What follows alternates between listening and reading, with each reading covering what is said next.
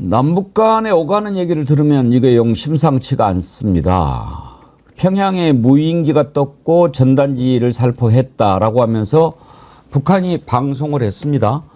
그래서 국회에서도 이거 어떻게 된 거냐라고 물어봤더니 김용현 국방부 장관이 처음에 우리가 보낸 일 없다라고 했다가 정회를 하고 돌아와서는 확인해 줄 수 없다 이렇게 얘기를 합니다. 확인해 줄 수 없다. 여러 가지 뭐 전략적인 의도가 있어 보입니다만 문제는 이제 이렇게 확실하게 누가 보냈는지도 모르고 있는 상황에서 북한이 한 번만 더 보내면 뭐 이건 끝장내겠다 이런 식으로 나오니까요. 그리고 또 우리도 그래 그러면 너네들 죽을 줄 알아 이렇게 지금 긴장을 고조시키고 있거든요. 바람직하지 않죠. 일단 국회에서 일어났던 상황부터 먼저 한번 보시죠. 이거 긴급사태 아닌가요? 그런 적이 없기 때문에 저희들이 상황을 지금 아직까지 상황을 지금 파악을 못 해가지고 네. 확인해 보겠습니다. 이 기본적인 입장은 이러한 북한 주장에 대해 사실 여부를 확인해 줄 수 없다. 이게 기본 입장입니다. 자, 김 의원님 생각하시기에 누가 보낸 것 같습니까? 이건 정말 수수께끼인데 우선 확인해 줄 수 없다고 그러지 않습니까? 그 요전에 이스라엘이 레바논에 삐삐를 3,000개를 터뜨려 가지고 예. 엄청난 국가 테러를 저질렀는데 그때 입장이 확인해 줄 수 없답니다. 예. 요즘 이걸 이제 회색지대 전쟁이라 그러는데 누가 행위자인지를 의도적으로 모호하게 가림으로써 상대방에게는 치명타를 입히고 공포를 고조시키되 자신의 존재는 모호하게 만들어버리는 예. 이게 요즘 세계적으로 대유행인 것 같아요. 그게 또 공포지요. 뭐. 그렇습니다. 예.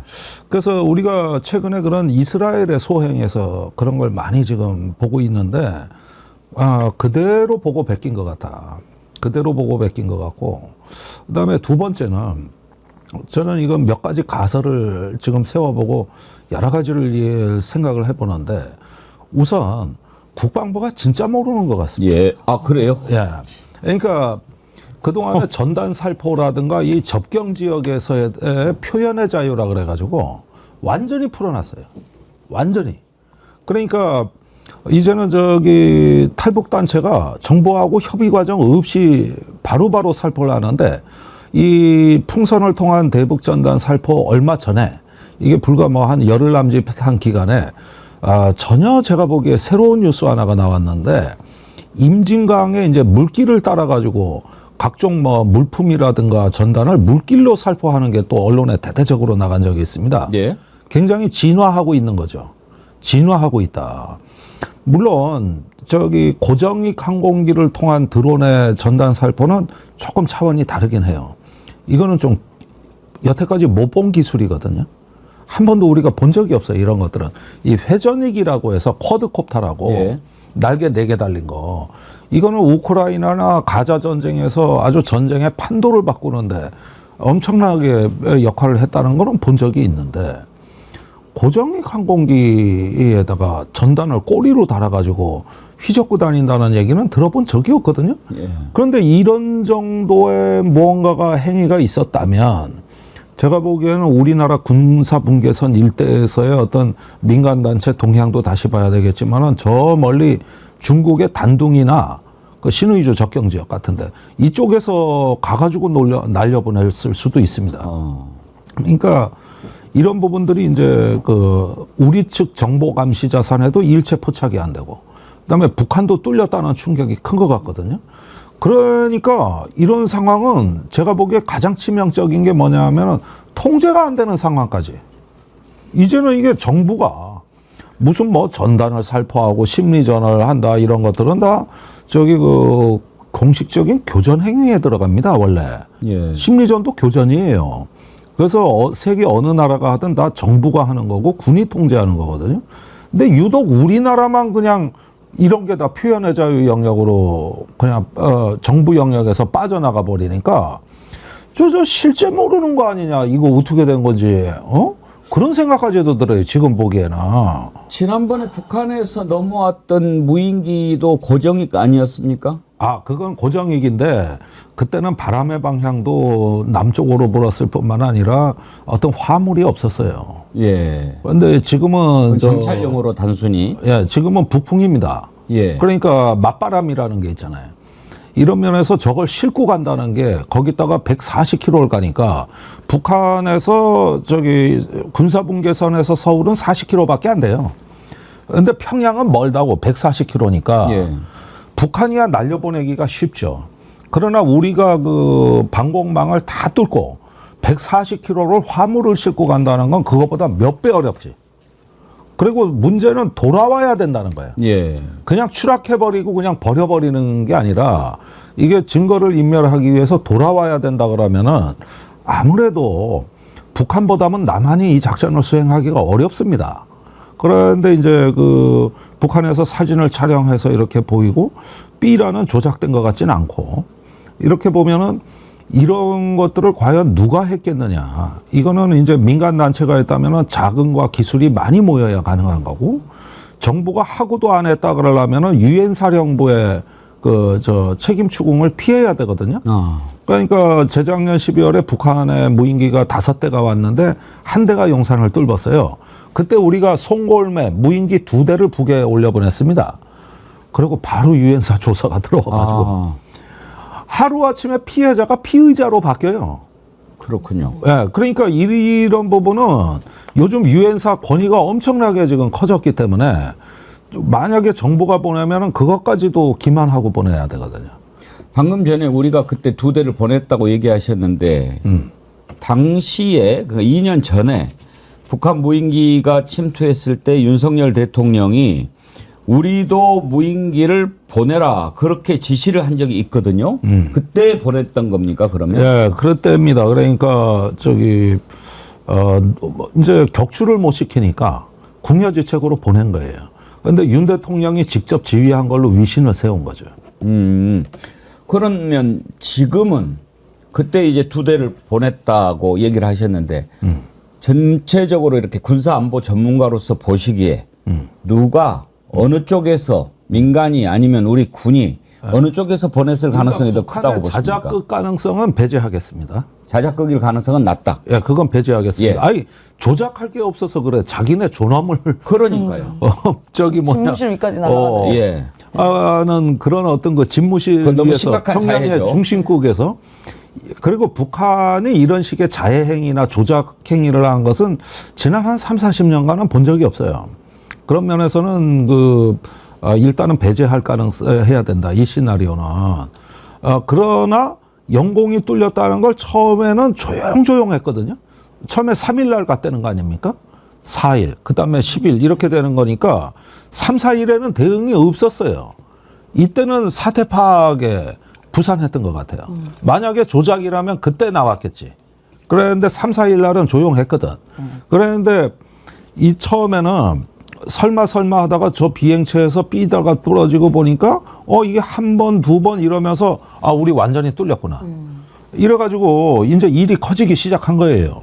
그렇게 보면은 이거를 저는 제일 유력하게 보는 거는 역시 비정부 기관이 하지 않았느냐 하는 생각이 좀 들어요. 이거는 그런데 돈과 그러니까요. 기술이 집약이 돼야 가능한 거. 단순히 풍선 보내는 수준 갖고는 안 되잖아요. 그거 갖고는 안 돼요. 이거는 정확하게 비행 항법이 다 돼야 되고 정확하게 떨어뜨려야 되고 그다음에 귀환을 해야 돼요. 풍선 같은 거 수거 안 한다고. 그러니까 이거는 차원이 다르죠. 그 정찰용 무인기 운용 반경이 100km밖에 안 돼요. 우리가 보유한 게 남한이. 근데 이게 평양까지 가려면 200km 이상의 갈 수 있는 무인기여야 되는데 없거든요. 그러니까 공식적으로 있는 게. 그러니까 이제 이게 파악이 어려운 지점이 바로 요 지점이 아닐까. 전문가 워낙 계시니까 아시지만 그런 게 있고 일단 저는 가장 큰 문제는요. 국방부에서 왜 이거에 대해서 정확하게 국민께 얘기를 안 해줍니까? 그러니까 굉장히 불안한 이슈잖아요. 어쨌든 그러니까 정부는 국민의 생명과 안전과 재산을 보호해줘야 되는 헌법적 가치가 있는데 제대로 된 대답을 국회에서도 안 해준다는 것은 실제로 정말 김종대 의원님 얘기하신 것처럼 파악이 안 됐거나 뭔가 숨기는 게 있다. 이 2가지로 저는 표현이 됩니다. 그렇게 생각이 됩니다. 그리고 윤석열 대통령이 그러니까 예전에 그 윤석열 대통령 친구라고 하는 국가인재개발원장이 인터뷰에서 이런 말을 한 적 있어요. 윤석열 대통령은 전쟁을 생각하고 있다. 그랬어요. 라고 말을 한 적이 있기 때문에 그런 불안 요소들이 전 충분히 있기 때문에 오히려 국방부에서 이걸 철저히 해명을 해야 우리 국민들이 불안해서 살 수 있겠습니까?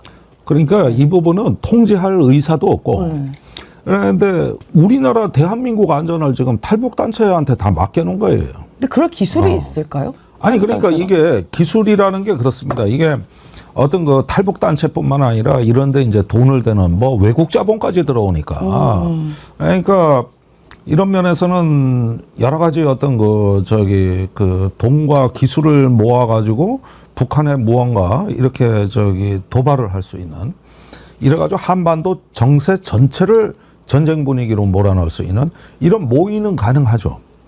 그리고 실제로 저도 사실은 이게 그냥 썰이라면 안 믿었을 것 같은데 막상 이 사태까지 오고 사진이 공개되는 걸 보니까 이 정도라면 상당한 수준에서 이루어졌구나. 이거는 의심 안 할 수가 없어요. 그리고 그 정도 하려면은 꽤 많은 돈과 그 기술 또 비밀 유지까지 그렇죠. 이런 부분들이 다 준비가 철저히 된 거기 때문에 어쩌면은 민간이 하고 정부가 묵인했거나 아니면은 정부의 어떤 그 지원을 받아서 민간 단체가 했거나 네. 또는 순수한 민간 단체가 했거나 시나리오는 이거 세 개밖에 없다는 거예요. 근데 그치? 군이 직접 나서서 뭐 막 발사하고 이랬으면 노출이 되기 때문에 상당히 어렵다고 보는 거죠. 근데 저는 여기 이 지점에서 그러니까 지금 우리가 청와대를 옮겼잖아요. 대통령실로. 근데 그 전에 우리 뭐 의원님도 그 계셔서 알겠지만 청와대에 NSC에 가면요. 항공 경로까지 다 할 수 있거든요. 그러니까 실시간으로 정말 화면이 엄청나게 많이 있는데 그건 24시간 그게 우리가 정찰을 할 수 있는 시스템이 되어 있어요. 근데 이거를 어떻게 모를 수가 있을까라는 그거는 생각이 저기 들거든요. 뭐냐면 MTCR이라는 건데 그 모든 군용기와 항공기를 3차원으로 다 관찰할 수 있고 불량고까지 그다음에 기종, 그다음에 조종사하고 교신도 가능해요. 그 딱 그 커서를 그렇죠. 비행기에 지정하고 누르면은 통신도 가능한 어떤 그런 방공 시스템 이런 어떤 통제 시스템을 말하는 건데 이제 드론은 자꾸 저공으로 나르기 때문에 이거는 뭐냐 하면은 레이더에 잡힐 경우에 이게 비행기인지 새떼인지 구별이 잘 안 갑니다. 그래가지고 굉장히 오인하는 사례가 많고 그다음에 느리고 이러다 보니까 이게 레이더로 보면은 새떼 같이 보인다고. 그 철새들 날아가는 것처럼. 그래가지고 그 MTCR에는 해당이 안 되는데 이럴 경우에 이제 우리가 드론을 재작년에 뚫리고 나가지고 드론 사령부를 만들어서 엄청난 돈을 쏟아붓거든요. 그 감시 체제를 전부 다 완비해놨는데 군에서 이건 북한에서도 그래 얘기하지만 야 니들이 아니라면 날려보내는 걸 니들은 왜 못 잡았냐. 이렇게 또 김여정이 나온단 말이에요. 그러니까 이 부분은 솔직히 말해서 미스터리예요. 배동호님이 이런 글을 주셨어요. 제일 중요한 게 무인기 기술 아닙니까? 전투용으로 개발된 무인기를 민간에서 보유할 수는 없지 않습니까? 네. 그렇죠. 그러니까 이게 전문가 계셔가지고 제가 말씀드리기로 저도 그냥 들어주신 걸로는 이게 날아가려면 글로벌 호크 뭐 요런 게 가야 가능한 건데 그럼 사실상 선전포고 하는 거 아니냐라는 얘기가 있잖아요. 예, 예. 글로벌 워크는 그게 이제 채공 시간이 한 4시간에서 30시간까지 가는 중대형, 이게 유인기보다 더 커요. 그리고 아주 고고도에서 작전을 하고 장시간 채공합니다. 그래서 북한까지 갈 필요도 없이 워낙 높이 뜨기 때문에 우리 영공에서 대부분 작전을 해요. 그렇게 해도 상관이 없죠.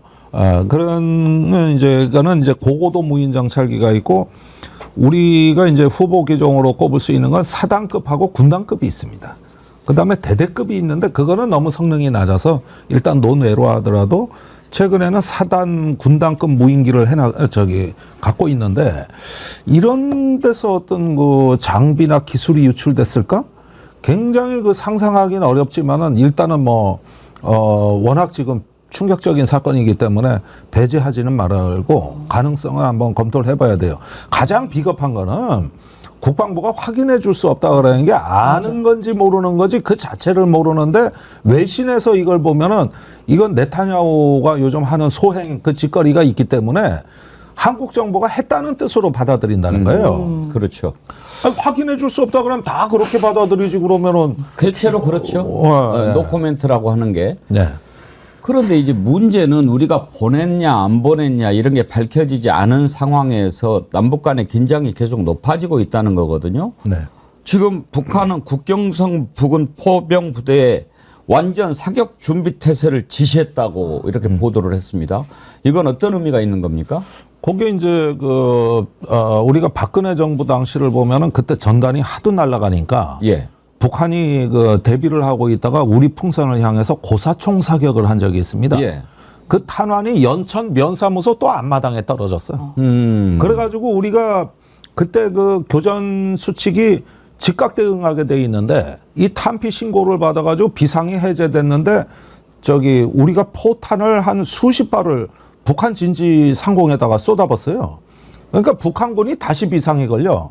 그렇게 되니까 북한군이 응사를 하면은 그걸 다시 응징해야 되기 때문에 대구 비행장에 F-15 전투기가 공대지 미사일을 장착하고 또 대기를 해. 그런데 그때 북한이 포를 쐈으면 그때는 F-15가 가는 거예요. 그러면 어떻게 되냐? 우리 항공기가 공대지 미사일로 이제 북한 진지를 때리는 이 사태까지 준비가 돼 있는데 그 직전에 멈춘 거예요. 만약에 때리면 전쟁이죠. 예. 그러면은 이번의 경우에는 어떻게 되냐 하면은 처음엔 전단이었어요. 두 번째는 이게 총탄으로 바뀌어요. 이게 저기 북한의 이제 포병 부대에서 그 고사총이나 아니면 조금 더 화력이 높은 거 아니면 저기 사정거리가 긴 거 이런 것들이 이제 그 배치가 되면은 그러면 우리 이제 주력 자주포가 대응을 할 거고 그 다음에 항공기가 들어가는 이 순서인데 어느 단계에서 멈출 건가가 확실치가 않아요. 그런데 이제 북한 포병연대가 다 사격 준비 상태다. 이게 13일 날 밤 8시까지 사격 준비를 완비하라고 지시가 내려간 예. 거거든요. 그 전에 10일 날 그 무인기가 갔다 그런 거예요. 그러니까 12일 날 지시가 내려가서 13일 날 다 준비 태세가 끝났다 이거거든요. 그러면 여기도 대응 사격 준비를 해놔야 돼. 여기도 안 하면 안 되는 거야. 여태까지 직강 끝이라고 말은 해놨는데 어떻게 안 합니까? 그러니까 이거는 우리가 신중하게 뭘 이걸 고민할 틈도 없이 마치 어떤 자동적으로 가는 시나리오로 만들어놨기 때문에 이건 저기 그냥 준비에 들어갈 수밖에 없어요. 이렇게 되면은. 아니 근데 저희 기억하시겠지만 이렇게 안보가 이렇게 불안한 상황들이 발생을 하는 게 지금 너무 이 안일하게 정부가 대응하고 있는 거잖아요. 기억하시겠지만은 그 청와대에 101단에 총탄 6발 없어진 거 기억하시죠? 예. 그거 아직도 못 찾았죠. 아직도 못 찾았죠. 아직도 못 찾았죠. 6발 도대체 어디 갔냐고요. 그거 못 찾았죠. 그 다음에 옛날에 그 무슨 미사일 우리 실험하다가 우리 땅으로 다시 현무. 백한 사건 있잖아요. 네, 그것도 근데 사실 다행인 게 그때 민가가 없어가지고 다행이었던 거지. 등등 그다음 무인기 뚫린 거. 그러니까 지금 안보를 강조하는 보수 정권에서 이렇게 안보가 뚫리는 여러 가지 상황들이 발생하는 게 이게 불안한 거잖아요. 심지어 지금 무인기가 내가 보냈는지 안 보냈는지 뭐 누가 보냈는지도 모르고 파악도 못하고 있는 이 국방부의 상황이 우리가 믿을 수 있냐라는 거예요. 그리고 또 하나는 지금 윤석열 정권이 너무나 인기가 없고 이제 탈피할 수 있는 돌파구가 없다 보니까 혹여 전쟁 유발 상황을 발생시켜서 여당에 대한 그런 응집을 만들려는 거 아닌가? 라는 의심이 또 들죠. 지금 그걸 걱정하는 거죠. 예. 아니 그러니까 지금 네타냐후가 거의 쓰러지기 직전에 정부가 레바논 침공하면서 지지율이 폭등을 했거든. 거기에 저 이스라엘의 야당도 비판 성명을 못 내놓는다고 안보에 관한 문제니까. 예. 그러니까 네타냐후 독주 체제로 다시 돼버린 거예요. 이 정권 유지하는 데는 그것처럼 확실한 길이 어디 있습니까? 제가 그때 저 미국에 가 있었는데 유대인 줄리 씨 그 박사들하고 토론을 했다고 이 사람들이 한반도 평화에 그렇게 지지하고 같이 힘을 보태는 사람 그 사람조차도 레바논 침공하는데 환호를 지르더라고. 이런 거예요. 이게 국가입니다. 이런 게 바로 국가예요. 그런데 그리고 나서 네타냐후의 독주 체제가 다시 확고하게 굳어졌어요.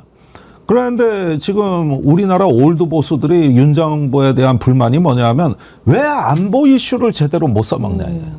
그게 이제 조갑제 TV 같은 데서 총선 지고 나가지고 아니 북한이 핵을 고도화하고 지금이 안보 이슈가 최고조로 끌어올려야 되는데 이상하게 윤석열 정부는 그런 걸 안 한다. 그러는데 이제 그 북한하고 이렇게 해서 한바탕 전쟁 위기 실험을 한번 해봤을 때 이게 국내 정치에 어떤 영향이 있느냐 이건 계산하겠죠. 원래 총선 앞두고 3월에 그렇게 하려고 그랬어요. 그랬는데 그때 긴장이 고조되자 옛날하고 다른 게 국내 주식값이 폭락했습니다. 그래서 2008년 금융위기 이후로 최대 낙폭이에요. 그것도 하루 이틀이 아니라 약 보름간 계속됐다고. 그러고 나서 이제 다시는 안보에 뭐 무슨 그 위기 고조하는 발언이 총선 끝날 때까지 없어진 거거든요. 근데 지금은 이 지정학적 리스크가 우리가 나라가 워낙 커져가지고 이런 부분들이 앞으로 국내 경제, 무역 이러는데 어떤 그 미칠 영향을 이 정권이 또 두려워해가지고 못했던 겁니다.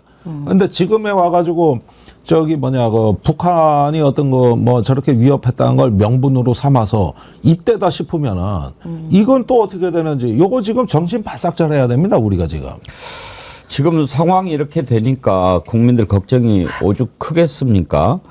제비꽃님, 선거에 이용하고 윤석열 지지율 올리고 명태균 관심 북으로 돌려야 선거에도 이길 수 있고 윤건희 지지율도 올리려고 하는 거 이런 거 아닐까요? 정필성님, 김건희 조만간 군복 입고 전방 시찰 나갈 것 같은데요. 맞네. 지시하셔야지. 가서. 지시하셔야지. 이게 자칫 이제 무력 충돌까지 가게 된다면 상황이 걷잡을 수 없게 되지 않겠습니까? 김병주 민주당 의원이 최고위원회의에서 한 발언 한번 들어보시죠. 네, 한반도 안보 사항이 위기로 치닫고 있습니다. 무력 충돌까지 예상이 됩니다. 북한인민군 총참모부가 국경선 부근 포병연합부대에 완전 사격 준비를 지시했다고 조선중앙통신이 어젯밤 보도했습니다. 남측 무인기 침범을 주장하며 도발 수위를 높이는 겁니다. 앞서 김여정 북한 노동당 부부장은 남측의 무인기가 다시 북측 영공을 침범하면 강력하게 대응 보복하겠다며 위협했습니다. 이런 가운데 북한의 대남 오물풍선도 계속 진화하고 있습니다. 심지어 GPS가 탑재된 오물풍선까지 발견되고 있습니다. 특정 위치에서 터뜨릴 수 있다는 얘기입니다. 무기화 가능성을 시사하는 중대한 위협입니다. 이 같은 북한의 도발 행위를 강력히 규탄합니다. 그런데 윤석열 정권은 위기관리에 손을 놓고 있는 모습입니다. 무책임하고 무능한 태도입니다. 지난 5월 시작된 대남 오물풍선에 대해 정부는 신고해달라는 것 외에 아무런 대책을 제시하지 못하고 있습니다. 강화도를 포함한 접경지역 주민들은 지난 7월부터 시작된 대남 확성기 방송으로 인해 고통과 공포에 시달리고 있습니다. 국민의 안전을 최우선적으로 책임져야 할 정부는 도대체 어디에 있는 겁니까? 윤석열식 강대강 대치는 결국 한반도에 일촉즉발의 사항을 초래하고 있습니다. 그 피해는 고스란히 우리 국민이 감당해야 합니다. 김종대 의원님, 우리 걱정해야 됩니까? 근데 이걸 한번 보시죠. 예. 윤석열 정부는 이런 사태에 정말 준비 안 된 정부예요. 그리고 지금까지 뭐 군이 열심히 뭐 훈련을 하고 연구를 하고 했던 거는 다 중후장대한 이런 어떤 무기가 충돌할 때 상황을 대비한 거지 이렇게 무슨 무인기, 풍선 이런 것들은 있을 때마다 쩔쩔매고 다 실패했어요. 지금까지. 그거는 그저 매뉴얼에 없다는 이유로 대비도 못 하고 있습니다. 풍선에 대해서는. 그러니까 이런 사태에서는 어떤 그 누가 우세한지가 뭐 무기는 우리가 많다 그러지만 누가 우열을 가리기도 힘들고 그다음에 이게 전쟁 같기도 하고 아니기도 한 회색지대 이게 그레이존에서의 어떤 분쟁이라는 거거든요. 이런 상태에서 일단은 우리 정부는 그 북한을 뭐 욕하고 규탄하고 우리도 뭐 또 반북 여론몰이 이런 거는 쉬워. 그러는데 이걸 어떻게 대비해야 되는지 몰라. 우선 사태를 파악을 못 한다고. 사태를 파악을 못 해요. 그러다 보면 또 허둥지둥하고 일선의 군인들은 말이요. 이럴 때 자기가 적정을 관찰하면서 합리적으로 뭘 대응한다기보다도 자꾸 정치권 눈치 보고 또 대통령 심기 살피고 이러다 보니까 이게 판단력이 경직돼 가지고 이럴 때 사고가 터지기가 딱 좋다 이거요. 이럴 때가 맨날 그냥 등 떠밀어 가지고 우리 장병들 위험한데 앞으로 가 등 뒤에서 등 떠밀어 가지고 끝까지 대응해. 그러니까 자기가 보기엔 대응할 상황이 아닌데 이런 정치적 분위기 때문에 강경하게 나갈 수밖에 없는 이런 경직된 군대가 이게 쫙 깔려 있으니까 무슨 위기 관리입니까? 위기 관리는 아무 일 없기만 바랄 뿐이지. 전쟁이 안 나야지 이기면 뭐 합니까? 맞습니다. 다 망하는 거죠. 같이 죽자는 거죠. 이게 사실은요. 근데 진짜 그 내부에서 뭔가 이렇게 새는 게 느껴진단 말이에요. 보통은 지금 정부가 이제 중간 정도 되지 않았겠습니까? 그러니까 레임덕보다 더 심각한 상황이잖아요. 그러면은 보통은 특히나 그 공무원 집단들은요, 이게 정부가 힘이 떨어지면요, 죄송한 얘기지만 그냥 아무 일 안 합니다. 그냥 일 안 해요. 위에 눈치 보고 일 안 해요. 그러니까 어디다 줄 섰지? 어디서 선을 대지? 이것만 걱정하지 않았는데 그게 이제 국내까지 이제 침투를 한 거죠. 그런 사상이. 그러니까 이게 우리가 안보가 불안한 거고요. 또 하나는 그러니까 우리가 경제가 사실 불확실성이 가장 큰 리스크인데 지금 너무 불확실해요. 이 정부에 대해서. 그러니까 누가 투자를 하고 누가 돈을 쓰겠습니까? 저는 딴 거 필요 없고 요전에 실제 일어났지만 북한 풍선이 영종도 인천공항으로 날아갔어요. 네. 그때 15분간 이착륙 금지됐습니다. 예. 그거 굉장히 큰 겁니다. 저기 뭐 15분 보고 그럴 수도 있지. 네.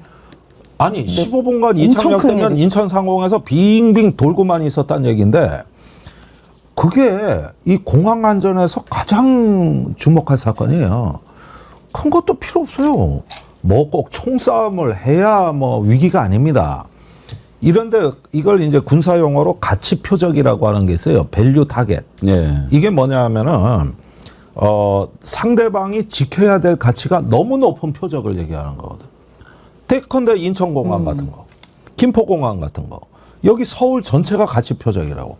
그러니까 이럴 경우에는 우리가 북한에 비해서 안보 비용이 굉장히 높은 거예요. 그렇죠. 북한은 저기 뭐 잃을 것이 개성 쪽 없죠. 있고 수도가 저 북쪽에 있기 때문에 뭐 파괴될 만한 게 별게 없다고. 반면에 우리는 이쪽에 전쟁터 한복판에 2,300만 명이 살아. 거기에다가 대한민국 심장 관문이 다 있어. 그러면 누가 피곤하겠냐. 이래가지고 이게 표적의 가치가 달라지기 때문에 풍선을 지금의 한 4배, 5배만 뿌려도 이게 감당이 안 된다고. 감당이 이게. SE 장님, 선제 타격 운운하는 윤석열 좀 어떻게 해주세요. 19살 아들내미 몇 년 안에 군대 갈 텐데 진짜 너무 걱정돼요. 왜 아니겠습니까?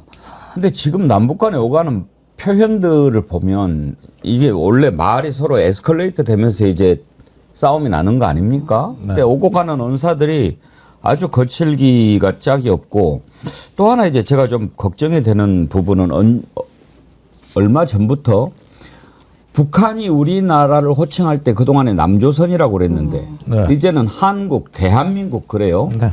우리나라 국호를 정식으로 불러주니까 이게 좋은 것 같아도 사실은 그 뜻이 아니죠. 그렇죠. 이게 이제 공포를 보정하는 두 개의 국가라 그래서 이제는 전쟁이 나면은 동족이 아니니까 맘 놓고 이제 파괴하겠다는 남조선, 뜻이에요. 북조선 한 나라가 아니다 이거죠. 예. 선언했습니다 이미. 예. 예, 이미 선언했습니다. 그런 차원에서 그러니까 약간 지금 적국처럼 돼버린 거예요. 호적을 정리해버린 거 아닙니까? 예. 그렇게 하면서 이렇게 올리니까 아, 이놈들 이거 정말로 이러다가 어떻게 하려고 그러나 막 그런 걱정이 돼요 사실은. 참 북한의 현실도 암담합니다 지금.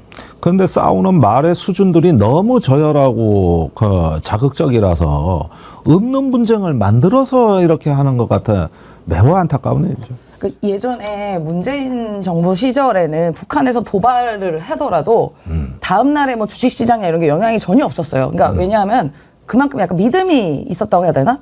그 전쟁 절대 안 날 거야 라는 믿음이 있어서 시장이 흔들리지 않았는데 지금은 북한 도발하면요 다음 날 난리 납니다. 이제 믿음이 지금은 달라. 없어졌어요. 지금은 믿음이 아예 없어졌어. 우선은 미국도 우크라이나 가자에서 쩔쩔매는 걸 보니까 한국에서도 네. 패권국의 강대국 정치가 지금 불안해졌다는 거. 거기에다가 저기 정부가 통제를 못한다는 거. 이런 게 이제 과거하고는 달라졌기 때문에 약간의 충격이 도미노처럼 이렇게 그 붕괴 효과를 일으키는 거죠. 예, 내일 또 주블리 안보 특강이 있으니까 그 내용을 좀 더 자세히 알아보도록 하겠습니다. 지후아빠 헬리님, 안보 상황이 안 좋다고 느끼는 게 제가 사는 지역 근처에 있는 파주 임진강내 곤돌라가 관광 상품으로 운영을 하는데 국가 안보위기로 운영이 중단됐습니다. 한 번도 중단된 적이 없었는데요. 확성기 삐 하는 소리도 들리고 매일 풍선 오물 쓰레기에 강 건너 사는 고향 파주 강화 주민들 너무 힘들어합니다. 현현 기경님, 수수로 입원실에서 보고 있습니다. 라고 하면서 슈퍼챗도 함께 하셨는데요. 일찍들 주특기인 북풍몰이라고 봅니다. 애시당초 삐라 살포를 막았으면 이 지경까지 되지 않았을 것을 건희 명태 대남 등 이슈가 뉴스에서 사라지고 있네요. 그런 차원에서 지금 국민들이 많이 의심을 합니다. 그런데 강화 같은 경우에 접경 지역인데 이렇게 안보 불안이 커지면 여당에 도움이 됩니까? 그런데 일단은 이런 경우에는 어떤 정치적인 해석에 앞서서 접경 지역 주민들한테는 현실적 그 고통이자 두려움이거든요. 그러면 대다수가 정부의 귀를 기울이게 돼 있습니다. 사실은 여야 정쟁보다는 정부가 이걸 어떻게 이끌어주고 보호해주느냐 여기에 귀를 기울이다 보니까 아무래도 역설적으로 위기 속에서 더 친정부적인 성향을 보인단 말이에요. 그런데 사실은 문재인 정부 시절이나 이럴 때 진보 정부에서는 이쪽 주민들이 탈북 단체의 불법 살포에 대해서는 스스로 자위권을 행사했죠. 그래가지고 막고 그랬는데 지금은 그마저도 소용이 없다는 걸 아시기 때문에 굉장히 위축되고 두려워할 수밖에 없는 상황입니다.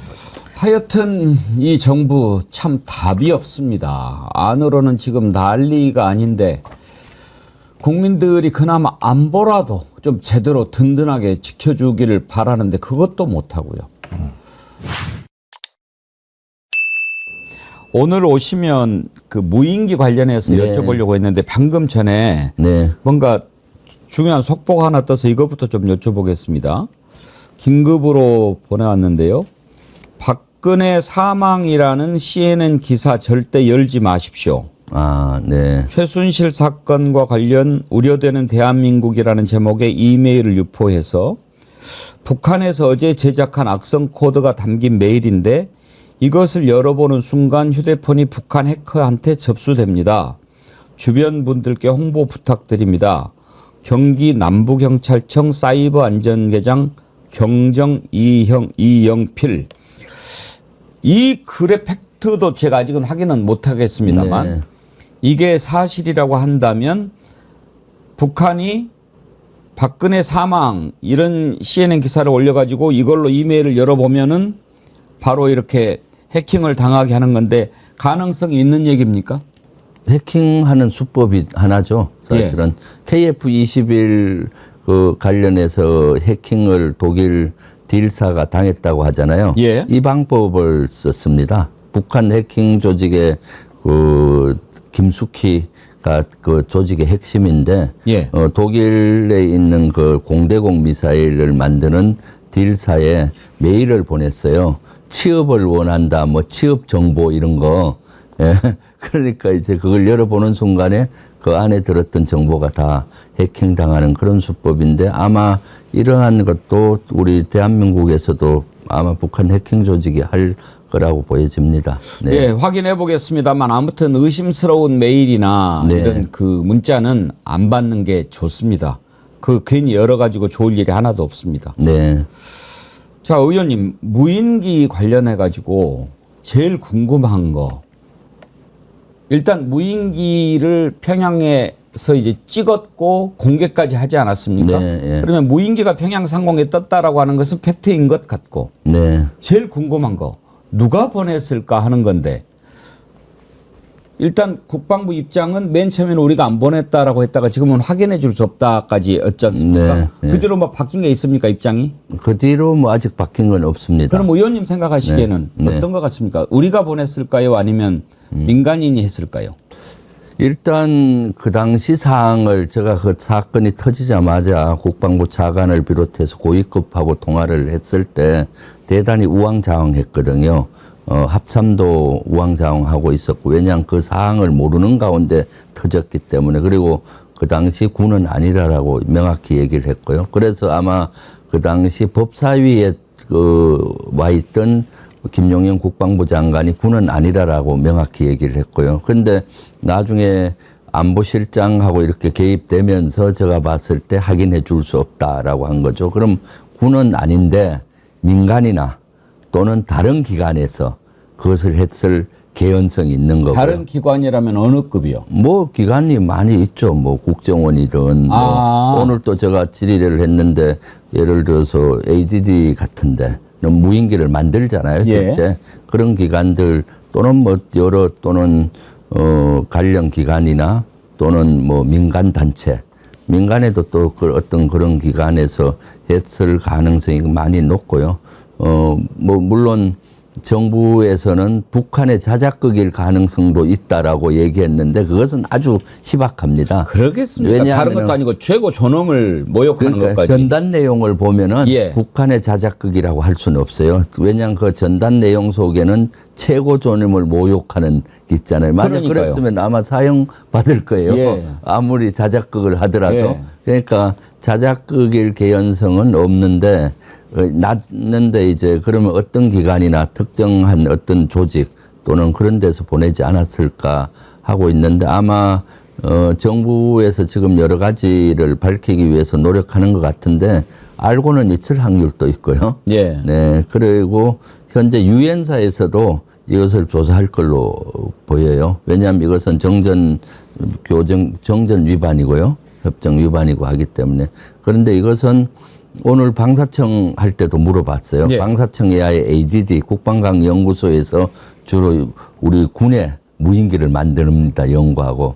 예전에는 그런 실험도 하고 하잖아요. 그래서 ADD에서 했냐 하니까 ADD에서는 확실히 안 했다고 했고, 그럼 통상 그런 사항을 ADD에서 분석을 합니다. 기술적으로 어느 정도 무인기인지 했는데 답변은 제대로 된 답변은 안 하더라고요. 근데 제가 봤을 때 평양까지 만약 우리 지역 대한민국에서 가든 중국 지역에서 가든 평양까지 갔다는 건 한 200km 갔다 와야 되잖아요. 그럼 한 400km 정도 된다고 봤을 때 그냥 무인기가 뜰 수가 없고 일정한 활주로에서 이렇게 떠든가 아니면 사출기라고 해서 트럭 같은 데 위에 보면 이렇게 사출하는 거 있잖아요. 일정한 레일을 따라서 이렇게 올라가서 하지 않으면은 그 정도 거리에 무인기를 띄우기가 어려워요. 그 사항도 지금 오늘 방사청 국감에 제가 질의했더니 뭐 답변은 안 하던데 사실 무인기가 그런 사출기나 활주로 없이 그 정도 뜨기는 대단히 어렵습니다. 이제 우리가 보냈을까 하는 것이 처음에는 갸우뚱했지만 보면은 2년 전에 윤석열 대통령이 우리도 보내라 이런 지시를 한 적이 있지 않습니까? 네, 한번 무인기를 침투시킨 적이 있었죠. 예. 북한에서 그 당시 무인기가 침투했잖아요. 서울상공을 헤집고 갔고 그때 맞대응 차원에서 우리 무인기를 북한에 일정하게 침투시켰다가 보내라고 지시한 대로 실제로 보냈습니까? 네, 갔다 온 사례가 있는데 예. 그래서 유엔으로부터 항의를 받은 적이 있죠. 사실 북한 무인기가 서울상공에 침투했을 때 우리가 피해자였잖아요. 예. 근데 유엔 그 규칙, 정전 규칙을 위반하고 우리가 보낸 건 위반이거든요. 예. 그래서 그때 아마 유엔에서도 좀 항의를 받은 걸로 저는 알고 있고요. 그러면 윤석열 대통령이 당시에 부당보다는 제대로 뭐 유엔사 협정이라든지 이런 걸 이해를 못하고 내린 지시라고 봐야 되겠군요. 예, 꼭 뭐 그렇지 그렇지만은 이제 맞대응 차원에서 예. 했다라고 보여지는데요. 그럼 맞대응 방안을 알아봐라 그래야지. 네, 그래서 이번 거도 사실 정부가 관여가 됐을 확률이 저는 높다고 보는데 예. 현재로서는 뭐라고 하기는 어렵죠. 조금 더 지켜봐야 될 것 같고요. 그러니까 오빠 왜냐하면은 바보란 얘기를 듣는. 민간에서 그 정도 할 배짱을 가지고 할 단체가 있을까? 배짱도 배짱이지만 그게 그 정도 무인기를 평양까지 보내고 하려면은 비용도 만만치 않을 거고. 그렇죠. 비용도 그렇고 조금 전에 말씀드렸듯이 그 정도 하려면 활주로, 예. 그다음 또는 사출기가 예. 사출기가 최소한 한 20m 이렇게 됩니다. 10m 레일로. 그러려면 장비가 이동을 해야 되고 그런 공간이 있어야 될 확률이 있는 거고요. 그다음에 전단지 삐라를 유심히 봤을 때 되게 정교하게 돼 있고 제가 봤을 때 한 3D 프린트라든가 이런 고급 프린트로 한 것 같아요. 그럴 정도면은 또 예산도 많이 들었을 것 같고 그래서 요것은 조금 더 지켜봐야 되겠다. 만약 정부가 그런 일을 했다면 이것은 진짜 무력 충돌을 야기시키는 이런 일이잖아요. 그래서 좀 더 따져봐야 될 것 같습니다. 혹시 의원님 군에 계실 때도 무인기가 좀 활용되고 했습니까? 무인기는 우리 벌써 한 20년 전부터 예. 군은 무인기 기술은 대단히 발전돼 있어서 그 훈련을 많이 했죠. 육군이 합니까? 공군이 합니까? 주로 무인기는 육군에 주로 아. 많이 하고요. 무인기가 예를 들면 대하력전 할 때 예. 이미 20년 전에 도입이 돼서 대하력전 북한의 장사정포가 위협이 되잖아요. 그럼 무인기가 가서 장사정포를 발견하면은 포병부대로 연락하면은 포사격을 하고 이럴 때 정찰용으로 무인기가 정찰용으로. 발전이 돼서 도입을 해서 군에서는 이미 시스템화돼 있었죠. 20년 전부터. 그럼 육군 항공대 소속으로 돼 있습니까? 꼭 항공대는 아니고 예. 그거는 이제 그냥 전략 운용으로. 군단이나 이런 데 보면은 정보대대가 있습니다. 예. 정보대대에서 그걸 했었고 그랬죠. 네. 그럼 그게 정보 자산이라고 봐야 되겠군요. 네, 지금까지는 이제 정보 자산으로 활용이 됐고요. 카메라를 장착하고 이제 적을 진영을 관찰하고 이렇게 보는 정보 자산이었는데 요새는 이제 공격 자산으로도 많이 그러니까요. 발전을 시키고 있죠. 아예 거기에 무인기에 포탄을 싣고 포탄을 가가지고 싣고 이렇게 공격할 공격하는. 수 있잖아요. 20년 전에 도입될 때는 정보 자산으로 북한을 보는 자산으로 도입이 됐고요. 이제 그때까지만 해도 우리가 한미 미사일 지침의 규제를 받았어요. 예. 한미 미사일 지침 속에는 무인기도 규제를 했습니다. 거기에 2.5kg인가 5톤인가 뭐 얼마 이상은 못한다 이런 규정이 있었거든요. 그러면 거기에 카메라 정도는 되는데 포탄을 장착하면 무게가 많이 올라가기 때문에 무인기를 발전시키는 데 있어서 정찰용 말고 공격용으로 하는 데는 제한이 있었죠. 그런데 문재인 정부 끝날 때 이제 한미 미사일 지침이 해제되면서 무인기가 이제 정찰용뿐만 아니라 공격용도 만들 수 있는 길이 열린 것이죠. 네. 그러니까 지금 우리가 무인기가 왔다 갔다 날아다니는 것을 걱정하는 가장 큰 이유가 바로 그런 거 아니겠습니까? 네. 정찰도 뭐 걱정이 되는데 실제 그게 공격용으로 쓰였을 때 이게 그냥 넘어가고 넘어오고 하는 네. 것을 우리가 모르고 있다가 방공망 뚫려가지고 그게 만약에 공격이 된다고 그러면은 속수무책으로 당하게 되는 거 아닙니까? 지금 우크라이나 전쟁에서 보듯이 무인기, 공격용 무인기가 자폭 무인기가 지금에 의해서 엄청 피해를 예. 두고 있거든요. 그래서 북한도 자폭 무인기를 도입한 걸로 알고 있고요. 그러면 그런 것들이 우리에겐 큰 위협이 될 수가 있는 거죠. 네. 지난번에 의원님께서 바로바로 답변을 해 주시니까 오늘 질문이 많이 들어옵니다. 이채양명주 님이 질문해 주셨는데요. 의원님, 무인기가 평양까지 다녀올 수 있나요? 무인기는 성능이 시간 계산인가요? 거리 계산인가요? 아니면 드는 무게량인가요? 이렇게 물어보셨는데 일단 무인기가 평양까지 다녀올 수 있습니까? 올 수 있죠. 왕복이 가능합니까? 네, 그럼요. 그러면 그거를 밑에서 뭐 조종을 합니까? 아니면 안에 뭐 칩을 넣어놓고 하는 겁니까? 근거리로 갈 때는 지상에서 조종을 하는 거고요. 그렇게 200km씩 이래 갈 때는 그 안에다가 코드 세팅을 시킵니다. 경로를. 예. 그래서 GPS 같은 걸 장착을 하고 이렇게 경로를 하면 경로 지시받은 대로 돌아서 일종의 오는 자율 거죠. 운항이네요. 네네, 무인기로서 그렇게 북한에서 이미 7년 전으로 기억이 되는데 북한에서 보낸 무인기가 성주 사드기지 있잖아요. 예. 거기까지 내려와서 사진을 찍고 올라가다가 인제에 떨어진 적이 있어요. 그래서 그때도 무인기가 되게 조악했어요. 뭐 중국산으로 하면 500만원에서 한 1000만원이면 구입할 정도. 그래서 그때도 보면은 이렇게 그 GPS 시스템으로 이렇게 유도해서 이렇게 오는 그런 거거든요. 예. 그래서 사실 무인기는 GPS 신호를 못 받으면 떨어질 수 있잖아요. 예. 또는 밑에서 지령하는 신호를 못 받으면. 그래서 무인기를 격추시키는 것이 주로 전파를 차단시키는 장비예요. 전파를 쏘면 그 주변에 전파가 교란이 되면은 떨어지는 거죠. 예. 네, 그렇기 때문에 200km 아니라 지금은 뭐 500km도 갔다 올 수 있는 우리 한국이 가지고 있는 글로벌 호크라는 그 무인기는 공군에서 운영하는데 수백 킬로씩 가고 뭐 이렇게 할 수 있는 엄청난 그런 무인기도 있고요. 그 무인기 통상 크기와 엔진에 따라서 그 항속거리 이런 것들은 차이가 납니다. 예. 그런데 이제 그런 무인기, 평양까지 다녀올 수 있는 무인기가 충분히 가능한데 이걸 지금 민간이 운영하기에는 조금 버거울 거다 이런 말씀이신 거죠? 좀 쉽지는 않다. 예. 그렇지만 민간이 운용한 사례들은 좀 있는 걸로 알고 있어요. 전에 민간 동아리 차원에서 북한에 보내서 금강산을 찍어오고 뭐 이런 것들이 있어서 한번 난리 난 적이 있었잖아요. 그러면 지금 군에서 확인해 줄 수 없다라고 얘기한 이유는 뭐라고 보십니까? 두 가지로 봅니다. 군에서는 정확히 주체를 모를 수가 있고요. 실제로? 네, 실제로 그건 민간에서 만약에 어떤 의도를 가지고 날렸는데 군이 모를 수가 있잖아요. 또는 군이 아닌 다른 기관에서 했는데 협조를 못 받았을 때 모르기 때문에 처음에는 그래서 군이 아니다라고 답변을 했는데 그렇게만 하게 되면은 우리 정보 능력이 노출이 되잖아요.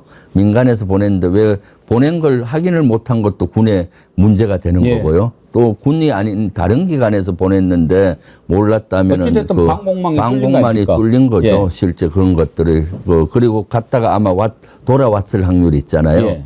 그러니까 북한에 추락됐다는 건 아직 없지 않습니까? 그렇기 때문에 돌아왔을 확률이 있는 건데 만약 그렇다면은 군의 방공망이 뚫렸다고 보여지기 때문에 군에서는 그러한 정보를 노출시키기가 싫으니까 처음에 그랬을 확률이 있고 또 하나는 만약에 정부가 관여해서 했다면은 우리 뭐 국정원이 했다 어디가 했다 하면은 이것은 분쟁으로 갈 수가 있을 거 아닙니까? 국지전이나 이런 걸로. 그 북한이 가만히 있겠습니까? 그에 상응하는 또 무인기를 침투시키고 뭐 공격을 하든 하니까 그 두 가지 측면에서 지금은 전략적 모호성을 유지하는데 현재 전략적 모호성 뒤에 자꾸 윤석열 정부는 숨어서 뭐 초기에는 그렇게 하는 건 전 이해 간다고 봐요. 그렇지만 계속 그렇게 할 수는 없죠. 지금 국민들이 얼마나 불안해하고 있습니까?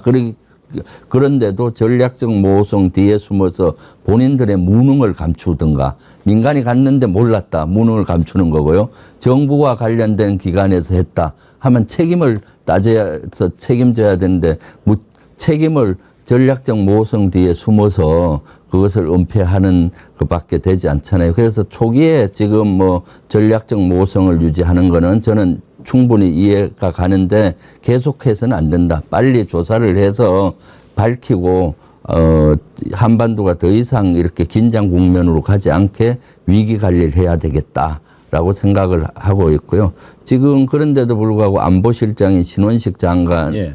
안보실장은 뭐 북한이 자살할 각오가 아니면은 전쟁을 일으킬 염려가 없다. 이런 식으로 아주 안일한 답변을 언론에 나와서 하더라고요. 그것은 아니죠. 왜냐하면은 바로 전쟁을 준비해서 하는 경우도 있지만 역사를 통해서 보면은 작은 무력 충돌이 확전돼서 국지전으로 가는 거고 국지전을 하다 보면은 전쟁으로 확대되는 경우가 많거든요. 그리고 우리는 지금 대한민국의 안보 구조는 안보가 조금만 불안하고 무너지는 기미가 보이면 경제에 바로 영향이 가기 때문에 지금처럼 이렇게 해서는 안 되고요. 지금은 이제 위기 관리를 해야 되는 측면이거든요. 그래서 이것도 하루 이틀은 뭐 전략적 모성을 유지한다 하지만 빨리 확인을 해서 밝히고 또 북한하고도 위기 관리 측면에서 대화를 제의하든 뭐 이렇게 해야 되는데 사소한 오해들이 진짜 큰 화를 부를 수가 있다라고 생각을 하고요. 지금 더 어려운 거는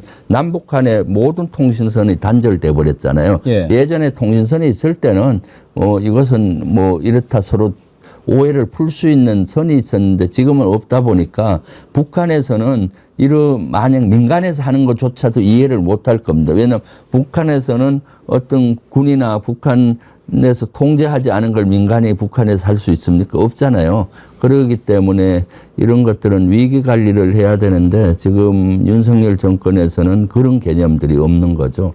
네. 아까 안보실장이 아니한 발언을 했다 그렇게 말씀하셨는데 그게 저는 아니하다는 인식보다도 어떤 생각이 들었냐면요. 왜 저렇게 자꾸 자극할까? 네. 이미 지금 남북 간에 오가는 말을 보면 완전 전쟁 직전입니다. 그렇죠. 뭐 네.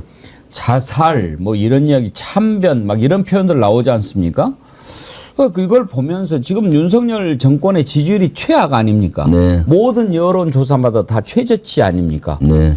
그러다 보니까 국민들이 걱정하는 게 솔직히 계엄 얘기도 나오지만 저놈들 지금 죽게 생겼으니까 뭐 전쟁이라도 일어나 버려라 이런 마음으로 하고 있는 거 아닌가 이런 걱정합니다. 네, 저도 뭐 그런 걱정을 많이 하고 있죠. 왜냐하면 지금은 적대적 공생관계가 돼 있다라고 저는 생각을 개인적으로 해요. 만약에 무력 충돌이 남북한 난다. 김정은 입장에서도 자기들 체제를 보존하는 데 도움이 될 겁니다.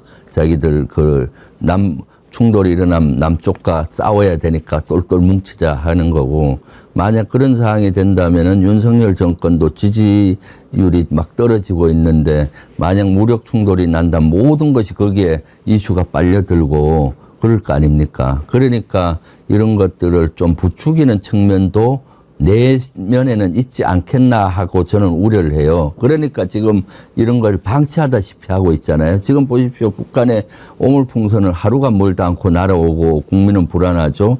대남 확성기, 북한에서 우리가 대북 확성기 틀고 대남 확성기 트니까 그 소음 때문에 접촉 지역과 강화도 주민들은 밤잠을 못 자는 거예요. 그럼 국민의 안전을 최우선적으로 해야 되는 대통령과 정부가 국민의 안전을 외면하고 이런 걸 그냥 방치하지 않습니까? 사실 오물풍선이라든가 대남 확성기 이런 문제는 우리가 탈북단체가 보내는 대북 전단 이런 걸 통제하고 또 북한의 여러 가지 이런 걸로 토의하자 대화하고 하면은 북한도 받아들일 거거든요. 그렇게 해서 위기를 잘 안정적으로 관리를 해 나가야 되는데 그런 데는 관심이 없고 점점 자극적이고 맞대응한답시고 더 강화하잖아요. 지금 북한이 평양 무인기 이후에 북한에서 8개 여단 포병부대들이 연합부대들이 대기태세를 유지한다 했지 않습니까? 우리도 똑같은 수준으로 지금 하고 그때부터 합니다. 경계를 강화하고 포병부대들은 대기태세, 하력 대기태세를 강화하고요. 그럼 우리 포병들도 즉각 사격하기 위해서 출퇴근을 못하고 포상 가까이에 대기해야 되고 북한도 그렇고 그러다가 만약 오발이라도 나면은 이것이 무력 충돌이 오해로 인해서 더 확대될 수가 있고요. 그래서 지금 상황은 대단히 위기 상황이다. 예. 예. 그러면 의원님께 묻고 싶습니다.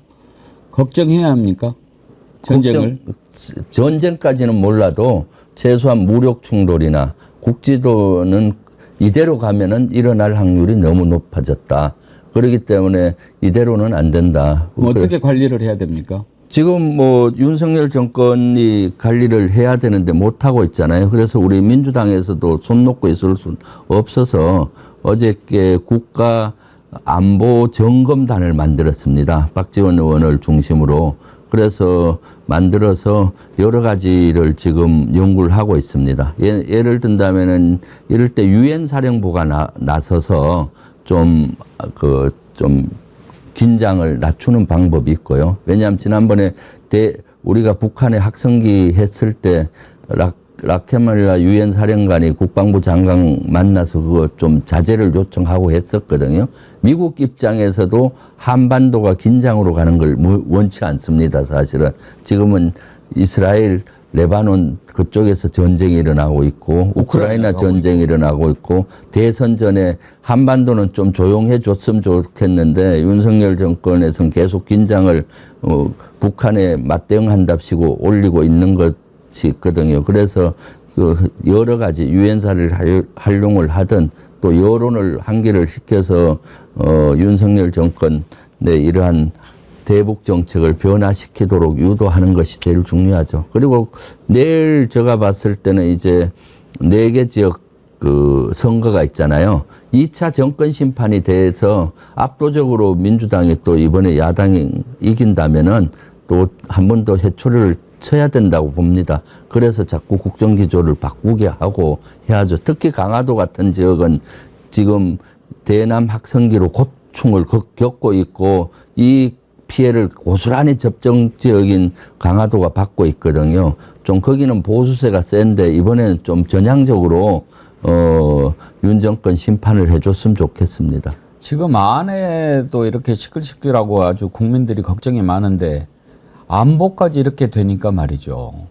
만약에 국지전이라도 일어나고 무력 충돌이 일어난다면 그건 대통령 외환에 관련된 거 아닙니까? 대통령 내란이나 외환의 죄를 범한 경우를 제외하고는 재직 중 형사상 소출을 받지 아니한다 헌법에 돼 있지만 그건 외환의 죄가 되는 거 아닙니까? 이렇게 지금 그렇죠. 뻔히 무력 충돌의 징후가 보이고 위험한데 아무 조치도 취하지 않아가지고 그런 일이 일어났다면 외환의 죄를 범한 경우라고 볼 수 있지 않습니까? 네, 그렇죠. 특히 만약에 우리 정부가 무인기를 보내서 평양에 그렇게 해서 뭐 무력 충돌이든 국지전을 유도했다면 이건 엄청난 사건이죠. 네. 지금 막 속보가 떴어요. 합참에서 북한이 경의선, 동해선 남북 연결도로 폭파했답니다. 네. 이런 식으로 계속 긴장을 높이고 있는데 네. 이제 경의선, 동해선 남북 연결도로 폭파 이게 어떤 의미가 있습니까? 이제 북한은 적대적 두 국가로 가겠다는 의미죠. 완전한. 이제는 너희는 끝이야. 네, 네, 네. 이제 남조선이라고 부르지도 않지 않습니까? 네, 그렇죠. 한국, 대한민국이라고 불러요. 네, 네, 이걸 네. 좋아해야 할지 말아야 할지 모르겠어요. 그렇게 해서는 안 되죠. 우리가 사실은 평화 통일을 이루어야만이 미래가 밝은 거고요. 이것은 우리 5,000년 역사를 통해서 우리의 시대적인 사명이기도 한데 실제 윤석열 정부는 말로만 뭐 평화 통일 외치지만은 흡수 통일을 추진하는 것 같고요. 그러니까 북한도 또 거기에 상하게 적대적 두 국가론을 주장하는 것 같고 그래서 지금 안보 사항이 아마 지금 남북한 우리가 해방된 이후에 최악의 사항이 아닌가 저는 싶습니다. 예, 예. 무인기 관련해서 궁금한 게 많았는데 오늘 또 의원님한테 설명을 쭉 듣고 보니까 이해는 많이 됐습니다. 그래도 아직도 뚜렷하게 누가 보냈는지 뭐 때문에 보냈는지 어떻게 됐는지를 알 수가 없어서 그게 좀 답답하고 문제는 이런 것을 이야기라도 해줘야 우리 국민도 안심이 되겠지만 그걸 밝혀야 북한에서도 뭔가 좀 이렇게 됐구나 할 건데 아무런 말도 안 하고 그냥 NCND로 간다. 바람직한 대응인지 잘 모르겠습니다. 네, 그렇게 가서는 안 되죠. 초기에는 그렇게 군도 정확히 구분이 안 되니까 그렇게 할 수 있지만은 계속 그렇게 가는 경우는 상황을 악화시킨다고 보여지는 거죠. 네. 민주당 최고위원으로서 현재까지 국감을 통해서 당초에 민주당이 이번 국감을 통해 하고자 했던 일 가운데 얼마나 지금 다가가고 있다고 평가하십니까? 지금 많이 부족합니다. 사실은 국정감사하게 되면 자료 요청하게 되면은 정부 관련 기관이 자료를 줘야 되는데 국방 쪽은 비밀이라는 이유로 거의 자료를 제공하지 않고 이런 것도 밝히려고 해도 NCND 뭐 하고 안보 특히 보안에 숨어서 자신의 실책들을 감추려고 하고 있고요. 지금 사실 우리가 가장 추진하는 것이 김건희 관련된 하루가 멀지 않고 막 의혹이 터지고 있잖아요. 여기에 대해서 오늘 또 관련된 상임위 한 9개 상임위가 될 겁니다. 김건희와 관련된 상임위는 그런 데서 밝혀야 되는데 정인 채택도 제대로 되지가 않고 그래서 기대하는 수준까지는 아직 못 가고 있다. 예. 그리고 민생 법안, 민생에 대한 또 국감도 이루어지고 있는데 그런 분야도 사실 정부가 전향적으로 받아줘야 되는데 받아주고 있지 않은 사항이죠. 그렇지만 이번 국감을 통해서 김건희의 의혹 이런 것들을 최대한 파헤치고 민생이 좀 낫도록 여러 가지 문제점과 하고 또 바로 이어서 예산 국회가 되잖아요. 그래서 내년 예산까지 검토를 하고요. 특히 안보 분야는 지금 안보 위기가 도래하고 있는데 이것을 어떻게 하면은 빨리 평화와 안정을 찾을 것인가 거기에 주안을 두고 하는 거죠. 오늘 제가 방사청에서 또 중요한 걸 하나 질의를 했었는데 예. 지금 레바논 이스라엘하고 레바논 지역에 전쟁을 하는데 예. 레바논에 박격 포탄을 수출하려고 방산업체가 하는 것 같아요. 예, 예. 우리 방산업체가 레바논에 수출하면 이스라엘하고 싸우자는 겁니까? 그렇죠. 이스라엘하고 관계가 안 좋아질 수가 그렇죠. 있고 그것이 또 헤즈볼라로 흘려갈 수가 있고 전쟁하는 나라에 포탄을 제공하는 것은 진짜로 신중해야 되잖아요. 그래서 우리 당에서는 전쟁하는 나라에 포탄이나 살상 무기를 보낼 때는 국회 승인을 받도록 법안을 발의했는데 아직 통과는 안 됐어요. 21대 제가 발의했는데 폐기됐고요. 그래서 그런 위기가 나서 제가 질의를 했더니 실제 방산업체에서 레바논에서 제의가 들어와서 방사청에 요구를 했다는 거예요. 그래서 방사청에서는 심의 중에 있다. 예. 그 답변을 받았어요. 그래서 심의하는데 이것은 조심해라. 신중에 신중을 기해야 된다.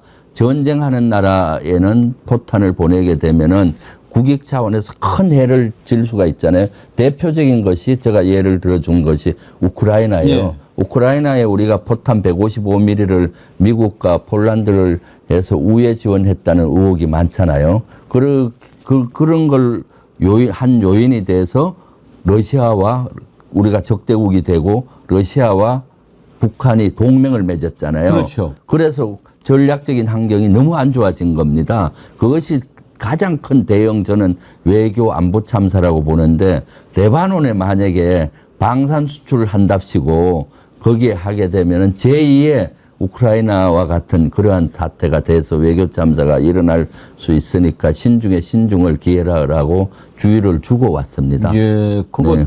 좀 잘 따져봐야 되겠는데요. 네. 아니 지난번에 우크라이나에 포탄 지원했을 때만 해도 만약에 그렇게 되면 우리가 유사시에 사용할 수 있는 포탄 재고가 충분한가 이런 걱정도 했잖아요. 네, 근데 네. 지금 뭐 그렇게 남아 돕니까? 레바논에도 팔고 그럴 정도로? 레바논은 아마 그 방산 업체에서 예. 아마 생산해서 보내는 걸로 돼 있는 것 같아요. 일단은 그래도 그 방산업체에서 전쟁 요구를 중인 나라에 파는 그러니까요. 것은 정말 좀 신중하게 따져봐야죠. 네, 그래서 사실 국정감사가 필요한 이유가 거기에 예, 있고요. 예. 이런 문제 제기 안 했으면 또 밀실에서 해버렸겠죠.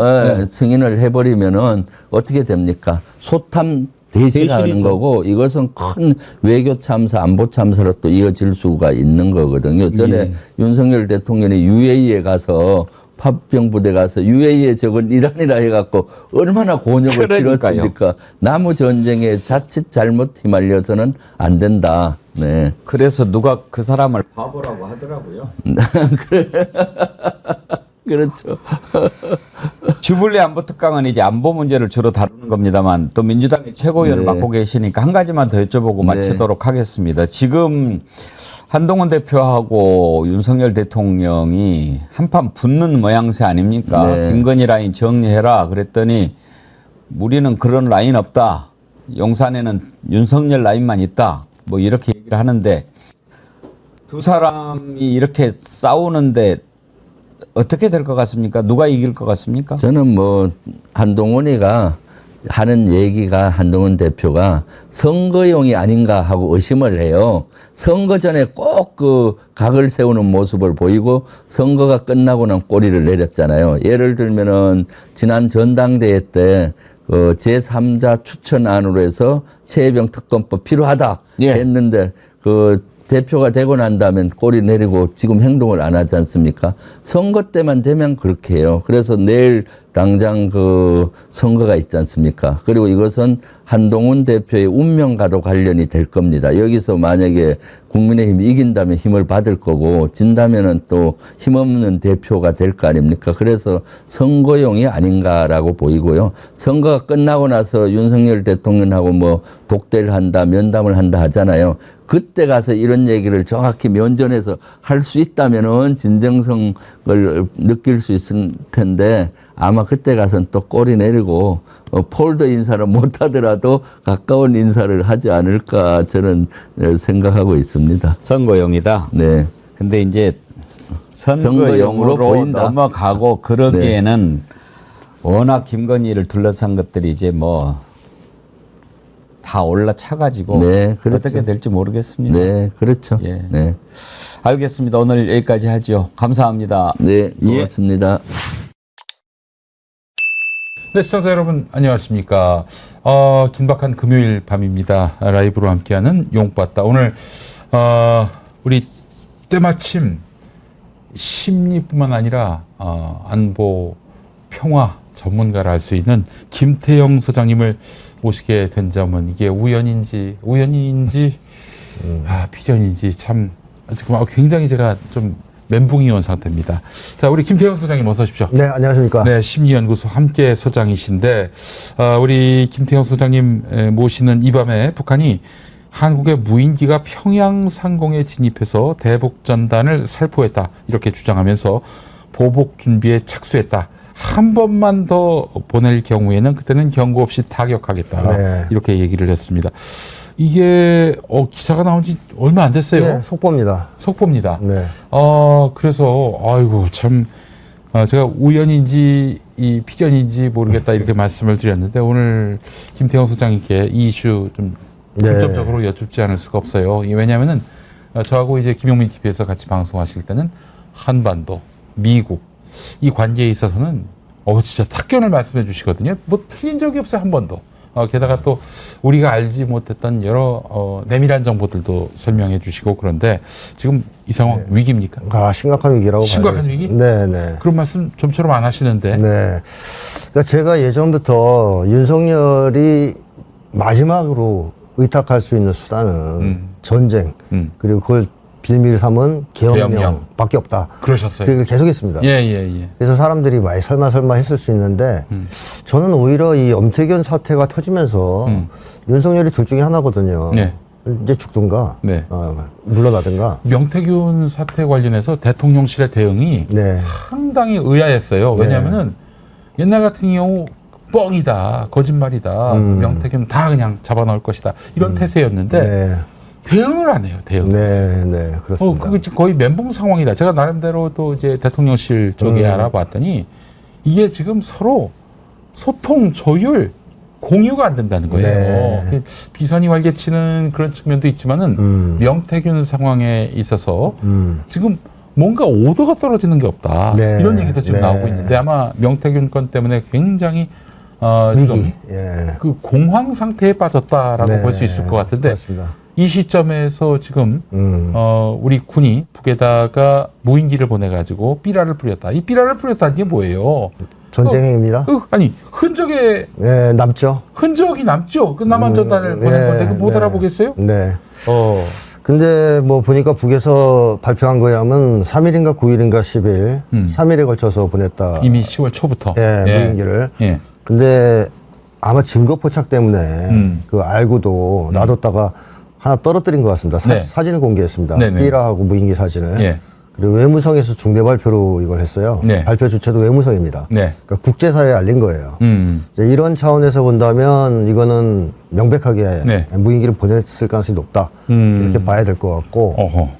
그렇다면 윤석열이 왜 보냈을까? 예. 저는 조금 전에 말씀하셨듯이 예. 헤어날 수 없는 어떤 정권위기에 지금 봉착해 있습니다. 윤석열이. 자기의 존망이 걸린 문제예요. 그렇습니다. 예. 근데 이 상황에서 윤석열이 헤어날 수 있는 방법이 없어요. 어떻게 탈출구가 없지 않습니까? 예. 정상적인 방법으로. 예. 그래서 계엄설이 계속 나왔던 건데요. 근데 제가 예전부터 얘기했듯이 한국 상황에서 계엄을 그냥 선포할 수는 없어요. 그렇지. 분명히 뭐가 있어야 됩니다. 예. 이런 정도의 전쟁 위기가 있지 않으면 힘듭니다. 근데 다행히 지금 북쪽에서 엄중 경고, 모든 이제 타격할 준비를 끝내고 마지막 최후 통첩을 한다. 네. 한 번만 더 보내면 경고 없이 바로. 근데 문제는 네. 이런 일촉즉발의 위기가 발생했을 때 네. 그동안 인내하고 북한을 그 설득했던 것이 남한 정부의 역할이었는데 그동안은 네. 윤석열이는 또 보낼 것 같아요. 아, 네. 그래, 한번 싸워보자. 그게 문제입니다. 예. 저는 이 3번을 보낸 행위가 예. 그 중에 한 번은 쏘겠지 해서 보냈다고 생각 들거든요. 네. 그러면 즉각 계엄령 선포로. 근데 안 쐈어요. 예. 그리고 막 엄청 경고를 했습니다. 예. 자, 이 얘기는 윤석열한테 마지막 최후의 이제 기회를 한번 준 건데, 네. 윤석열이 그러면, 아유, 뭐, 들켜서 창피하니까, 이제 안 보낼래, 이럴 사람입니까? 또 보낼 가능성이 매우 높아요. 그럼 바로 터질 거예요. 그럼 뭐 윤석열 안 보냈다 하겠죠. 네. 그러면서 전쟁이 터지면 그걸 빌미로 계엄령을 선포할 가능성이 매우 매우 높아졌다. 예. 따라서 저는 지금 빨리 탄핵 발의를 해야 된다. 지금 바로. 탄핵 바로 예, 야당이 가만히 앉아 있으면 안 되고. 무인기 보내지 못하게 해야 될 거 아닙니까? 그 사실 대통령의 책무 중에 헌법적 책무 중에 네, 평화 통일을 위해 노력하는 거. 네. 근데 지금 이거는 사실상 도발을 한 건데. 전쟁을 한 거예요. 예.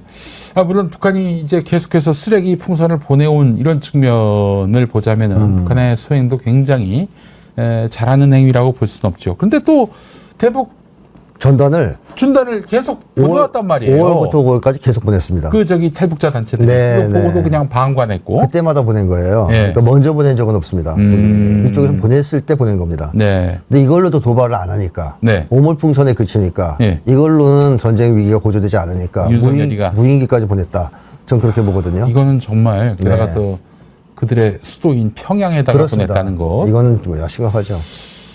아, 그래요. 야당이 서둘러서 탄핵 발의를 가야 된다. 그러니까 야당 입장에서는 전쟁을 막는 거 이상의 지금 급한 일이 있겠습니까? 네. 근데 윤석열이 지금 전쟁을 일으키려고 거의 도발적인 행동을 계속 일삼고 있는데 이거를 제어하지 않으면 국가가 존망이 위태로울 수 있기 때문에 네. 다른 거 다 제쳐놓고 예. 윤석열 탄핵부터 해야 된다. 전쟁 막기 위해서. 저 PD님 제목을 우리 저 북한의 이 최후 통첩 네. 이렇게 제목을 좀 바꿔주시면 어떨까 싶습니다. 네. 현안에 대해서 아주 심각하게 저희가 논의하고 있는 중인데요. 자, 만약에 북한이 네. 윤석열 정권이 뭐 그런 북한의 경고에도 불구하고 또 무인기를 보낸다? 네. 그때는 안 참겠다는 거 아니에요? 그렇습니다. 어떻게 대응할 것 같습니다. 지금 발표한 거로는 이렇게 발표를 했습니다. 그러니까 뭐 공격 수단에서 한국의 지휘부를 다 타격할 수 있는 수단을 인입해서 준비를 끝냈다는 식으로 지금 발표를 했어요. 지휘부면은 군 지휘부겠죠. 그렇습니다. 군 네. 지휘부죠. 예. 근데 그건 이번에 처음 얘기한 게 아니고요. 예. 그전부터 계속 얘기했었습니다. 네. 김정은 위원장도. 예. 전쟁이 발발하면 그 순간 한국군의 지휘부를 완전히 무력화시킬 우리에게 힘이 있다. 그 미사일 역량을 얘기하는 거라고 저는 생각합니다. 그러면은 군 지휘부가 지금 어디 있습니까? 뭐 과천이라든가 아. 이제 미군까지 포함한다면 평택에도 있고요. 미군까지 건드릴까? 그다음에 계룡산, 계룡대 쪽에. 근데 이게 남태령에 있는 수방사? 네, 수방사. 아니 그뭐 육군사령부. 아, 그래서 거기로 또 뭐 다 옮겨갔어요. 예. 네, 몇 군데 있어요. 예. 이제 그 주요한 지휘부가. 예. 그런 걸 이제 다 용산은 당연히 들어갈 겁니다. 네. 아마. 그 국방부는 옮겨갔지만, 네. 그러나 또 거기 군 지휘부가 남아 있고요. 국방부도 타격하겠죠. 예. 근데 이게 무인기를 보내는 것이 과연 미국과 조율이 돼서 한 행동이냐, 아니면 미국의 허락 없이 단독 행동을 한 거냐.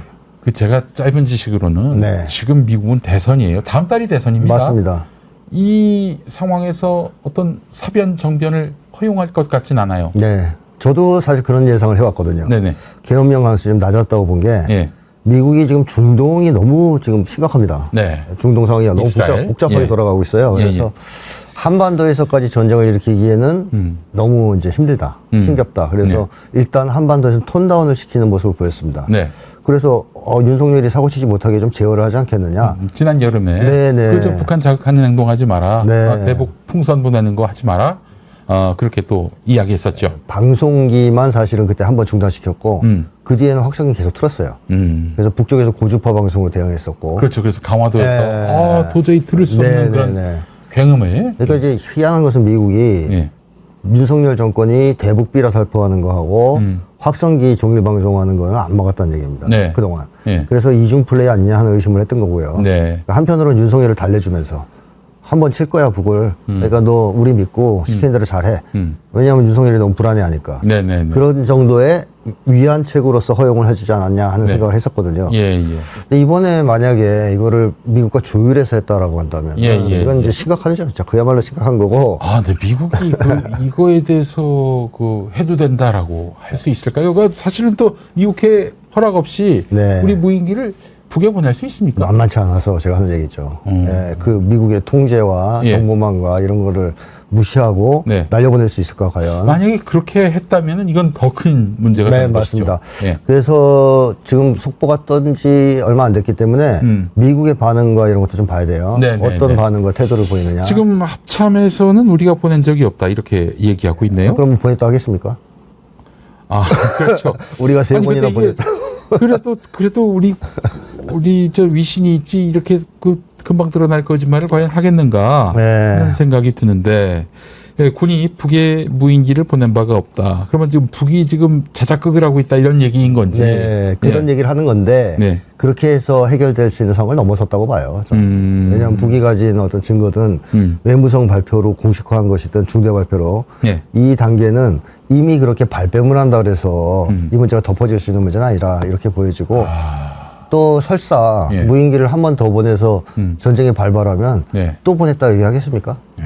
안 하죠. 예. 북에서 먼저 쳤다고 그러겠죠. 예. 그러면서 계엄령 선포를 그러겠지. 하겠죠. 예.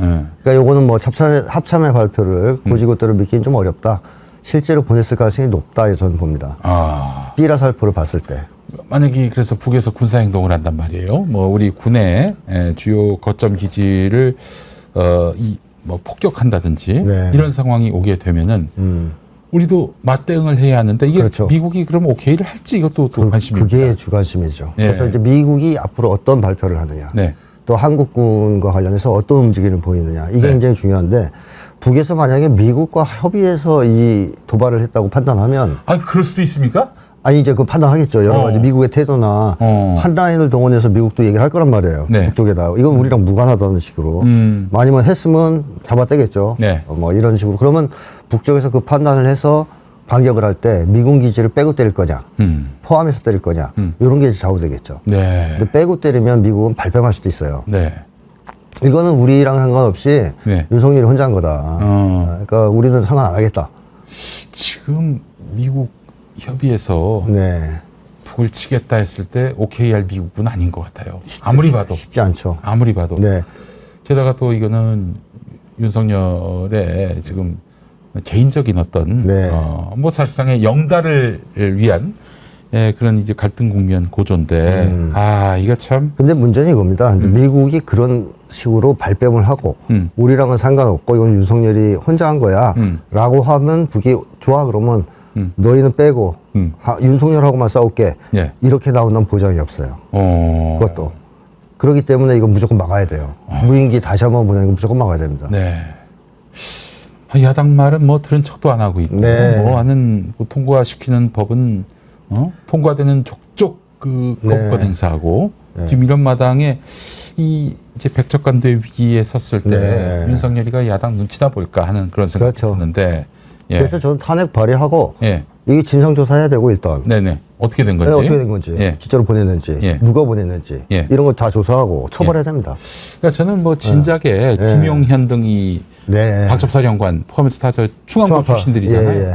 이들이 그 국정감사에서 보여준 태도. 모습을 보니까 야 이것들 계엄령 준비 확실하게 했구나. 네네. 언제 D-Day가 언제일 뿐이지 네. 언제인지 뭐 우리가 모를 뿐이지 하기는 할 모양이다 이런 생각을 했거든요. 아 저도 그랬습니다. 예, 김용현의 근데- 그 고압적 태도. 예, 비응신 얘기하고 말이죠. 네, 와, 네, 네. 세상에 국방부 장관이 그래서 방첩사령관이 의원이 물어보는데 대답할 뭐 가치가 없다 이런 식으로 나오니까 네.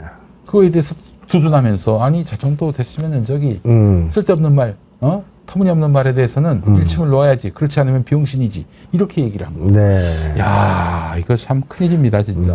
예. 김용현의 그 고압적인 태도는 결국 그 단순하게 얘기하면 앞으로 너희들 다 내가 잡아서 감옥에 넣을 놈들인데. 다 예. 어이구 여기다 감옥 갈 놈들이구먼. 예, 그렇게 이렇게. 보는 거 아니에요? 예. 그러니까 말 조심해라는 얘기도 했어요. 그렇지. 너 조심해. 예. 가만 안 둘 거야. 예. 그러니까 이게 내면에 깔려 있으니까 그러한 어떤 강압적이고 고압적인 태도가 나온 거라고 생각됩니다. 아. 그렇다면 계엄령을 염두에 두고 있다. 최소한 김영현은. 저는 분명히 그 친구들이 다 준비를 해놨다고 봅니다. 네, 다만 이제 네. 결단을 언제 그렇죠. 하느냐 이 차원인데 윤석열이가 저녁에 들어왔어요. 예. 그래서 뭐 저는 아까 문득 그런 생각까지 들었어요. 예. 무인기 날려놓고 잠깐 외국 나갔던 거 아니냐. 네. 용산으로 뭐 날라올까 봐. 그러네요, 보니까. 아마 그런 생각까지 들더라고요. 예. 우연의 일치인지 모르겠으나. 우리 군이 보낸 적이 없다라는 속보는 또 계속 나오고 있는데 이것에 대해서 김용현은 북한이 평양에 무인기를 남쪽이 보냈다 이 주장에 확인해 보겠다. 자기는 모르는 일이다 모르는 이런 일이다. 식으로. 야, 아니 그러면은 우리 무인기가 국방부 장관 동의도 없이 하늘을 나는 새도 떨어뜨린다는 그 충암고 출신 예. 김용현이도 모르는 채 보냈다. 그럼 뭐 누가 보냈습니까, 그럼? 그러니까 뭐 북한의 자작극이라고 얘기하는 것 같은데, 하여튼 지금 미국의 대응이 너무나 궁금해집니다. 맞습니다. 미국. 이 상황에서 사태를 진정시키는 쪽으로 가느냐, 아니면 이것을 좀 더 악화시키는 쪽으로 가느냐. 네. 그러니까 미국의 이제 말과 행동을 지켜봐야 됩니다. 이게 지금 미국이 한반도에서 이 전쟁 상황이 벌어져서 네. 얻을 수 있는 이득이 있습니까? 바이든 정권이? 뭐 짜잘한 분쟁이 붙으면 네. 도움이 거의 안 되고요. 예. 조금 규모가 있게 붙어버리면 네. 바이든에서는 그런 건 있을 수 있죠. 예. 야, 트럼프 너 북이랑 화해한다 그랬지. 근데 북쪽이 저렇게 전쟁을 도발해서 한국을 먹으려고 그러는데 저런 애들이랑 무슨 화해를 해. 네. 그러니까 트럼프는 안 돼. 그래서 트럼프를 공격하는 소재로 쓸 가능성이 있어요. 근데 그게 국지전의 수준을 넘어서 너무 세게 벌어진다. 그럼 트럼프가 유리하죠, 오히려.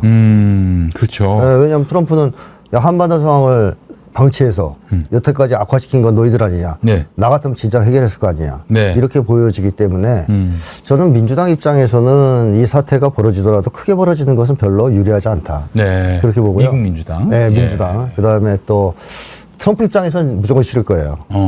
자기가 대통령 당선되기 전에 네. 이런 사태가 터진 거에 대해서는 네. 상당히 기분 나빠할 겁니다. 그렇죠. 그래서 어떻게 보면 미국에서도 입장이 갈릴 수도 있는데 네. 과연 어떤 영향력이 작용해서 미국 대선 국면에서 갑자기 한반도에서 이런 그 사변적 상황이 발생했다. 네.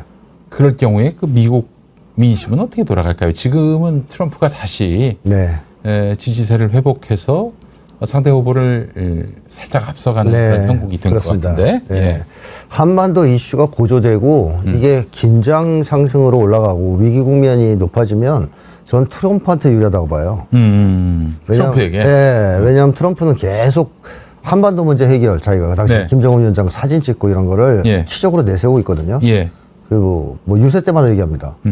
그러니까 자기가 당선되면 북으로부터의 그 핵 위협 네. 해결할 수 있다. 예. 이렇게 얘기하면서 큰 소리 치고 있고 해리스는 강경 입장이었지 않습니까? 네, 네, 뭐 네, 독재자와 대화할 수 없다. 예. 이런 상황에서 한반도에서 긴장이 고조되면 미국 국민들은 안보 불안 느낄 수밖에 없어요. 네. 그러니까 2017년에 그 핵대결 구조를 다시 떠올릴 겁니다. 그 당시에 미국과 북이 핵전쟁 일보 직전까지 갔을 때 뭐 소위 핵 벙커가 이렇게 잘 팔리지 않았습니까? 네네네. 부자들 다 사고 네. 미국 국민들이 공포에 질려하고 예. 그 이후로 가장 미국 사람들이 걱정하는 것이 북의 미사일 공격 같은 걸 제일 걱정한다고 그러지 않습니까? 네네네. 그러니까 이런 상황이기 때문에 트럼프한테 좀 유리합니다. 네. 트럼프가 그걸 적극 활용하겠죠.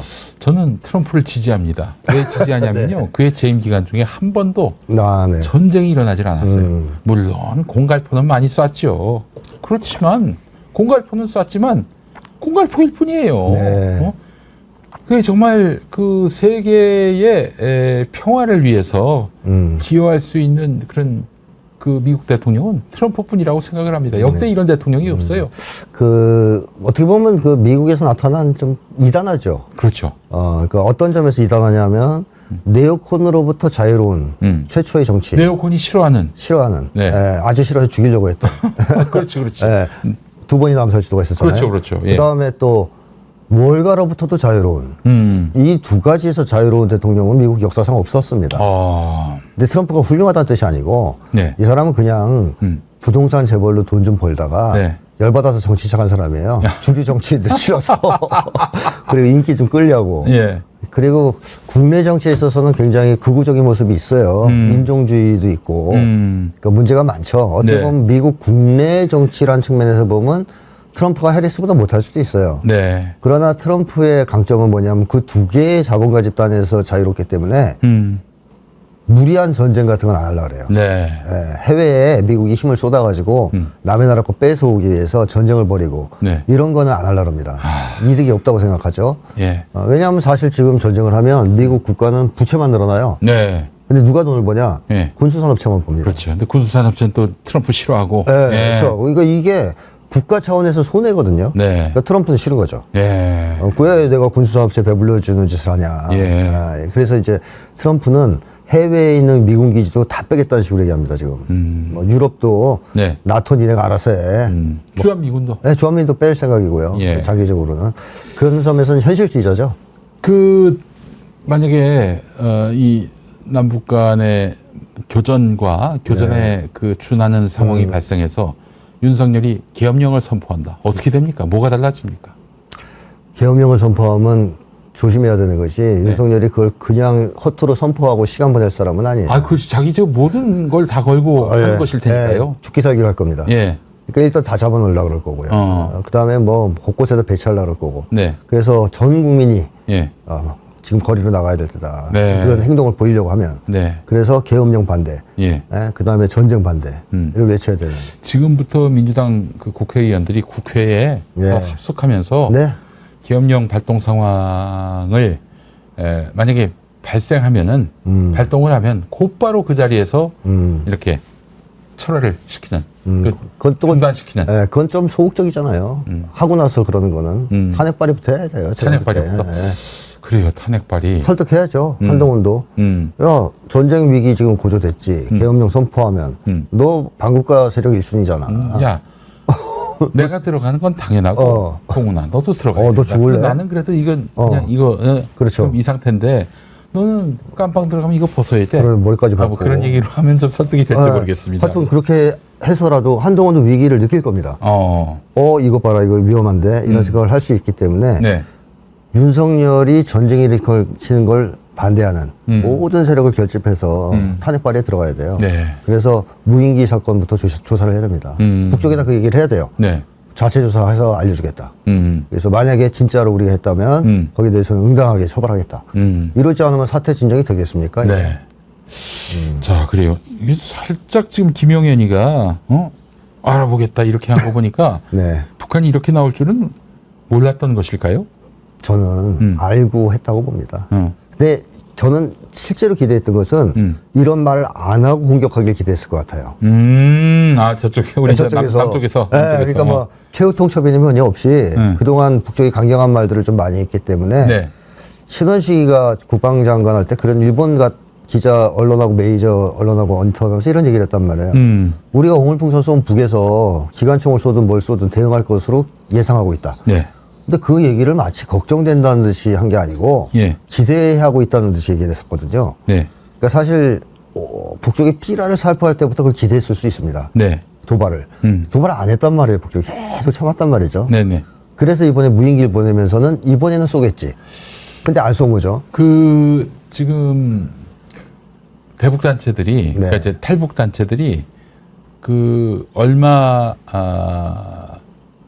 안 남겨뒀어요. 그 다시 또 모여가지고 이번엔 엄청난 양의 대북 전단을 보낸다 이렇게 선언을 했거든요. 네. 그래서 지금 DMZ에 사시는 우리 국민들이 굉장히 떨고 계세요. 네. 그래서 이들이 드론을 보낸 것은 아닐지 혹시 그렇게 운영하기 좀 힘들 겁니다. 드론을 운영할 정도는 못 될 겁니다. 그렇죠. 드론 그 평양까지 갈 드론이라면은 이게 그 장난감 드론으로는 안 되죠. 예. 네. 그래요. 그 남북 사이의 그 갈등이 있기를 바라는 일본의 소행은 아닐지. 뭐 일본은 한국에서 전쟁 터지면 박수 칠 사람들이니까요. 제일 좋아할 애들. 네네네. 예. 그러니까 뭐 어쨌든 현재 윤석열 정권이 마지막으로 의거할 수 있는 건 이거밖에 없다는 것은 뭐 이번 사건을 통해서도 저는 확실히 드러났다고 봅니다. 명약화 나왔고요. 예. 예. 참 염려가 됩니다.